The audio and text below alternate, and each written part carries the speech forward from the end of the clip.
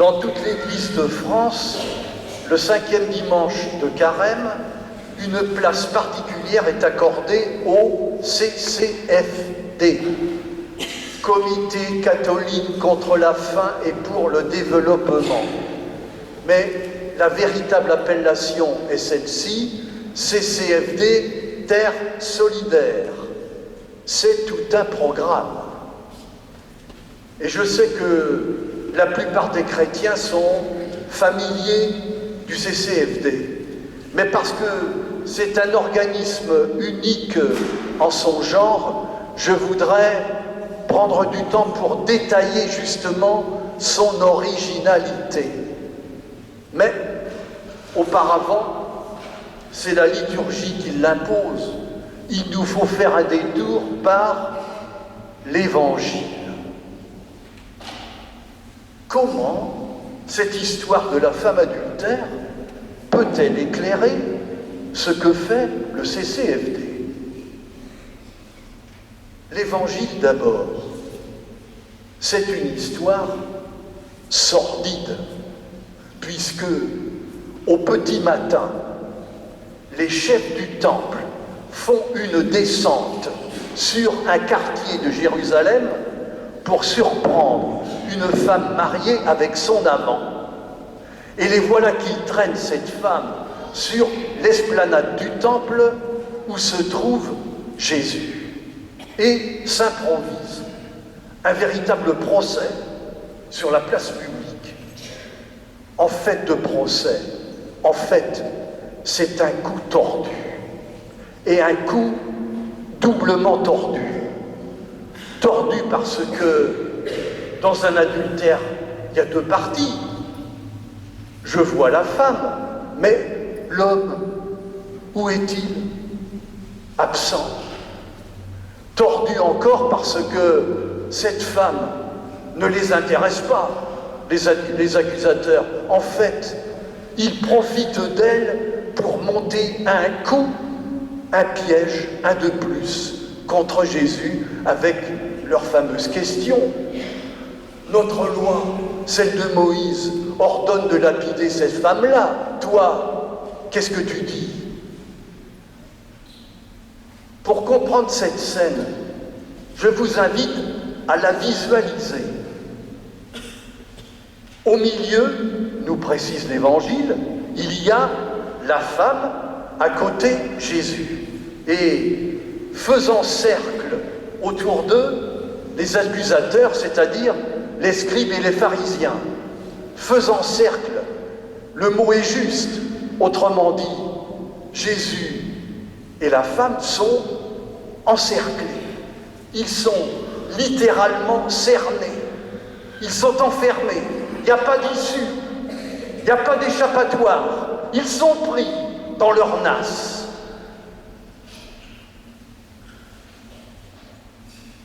La réaction de Jésus est étonnante, une fois de plus.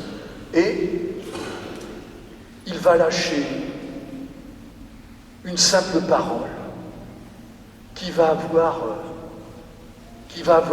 le don de toucher le cœur des accusateurs.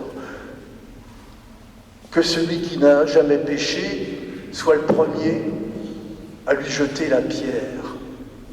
Et voilà que le mur qui est autour d'eux se fissure. Peu à peu, ils se désagrègent, parce que un à un, ils s'en vont. Et à la fin, Jésus et la femme sont tous les deux apparemment libres. La parole de Jésus a fissuré et détruit ce mur qui les enfermait. Voilà le travail du CCFD.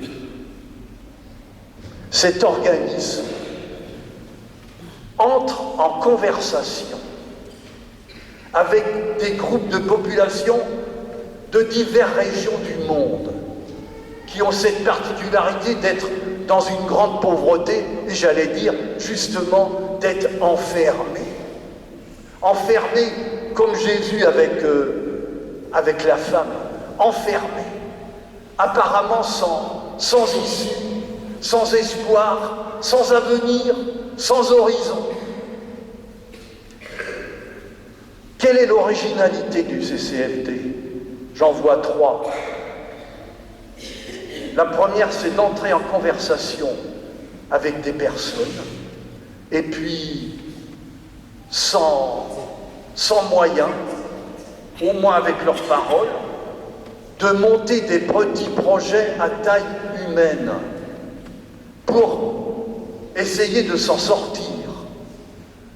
L'originalité du CCFD, c'est de ne jamais faire à la place. En ce moment, il y a plus de 450 projets en voie de réalisation dans le monde.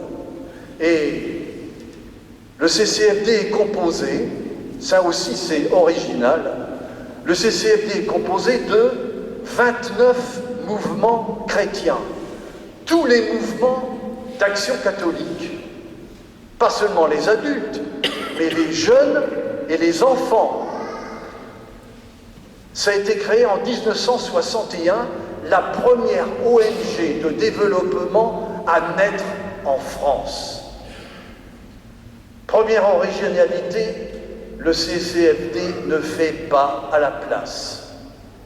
Deuxième originalité, il sensibilise l'opinion publique à l'intérieur, mais aussi à l'extérieur de l'Église. Comme ça s'est fait par exemple mercredi soir. À la salle Saint-Mathieu, nous avons accueilli une partenaire du CCFD, elle s'appelle Farida. C'est une femme musulmane qui est venue nous parler de son travail dans son village de pêcheurs en Mauritanie. J'ai gardé précieusement les 3 mots qu'elle nous a lâchés à la fin, qui sont comme des convictions, qui sont des lumières sur sa route. 3. La croyance, la bienfaisance, l'amour.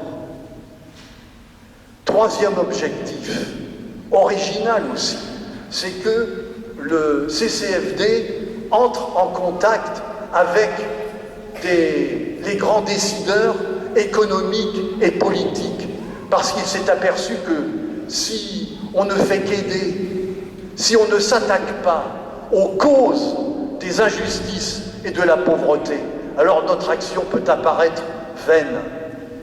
Voilà pourquoi, par exemple, j'ai été heureux d'entendre et de voir le CCFD participer à la COP 21 en décembre à Paris.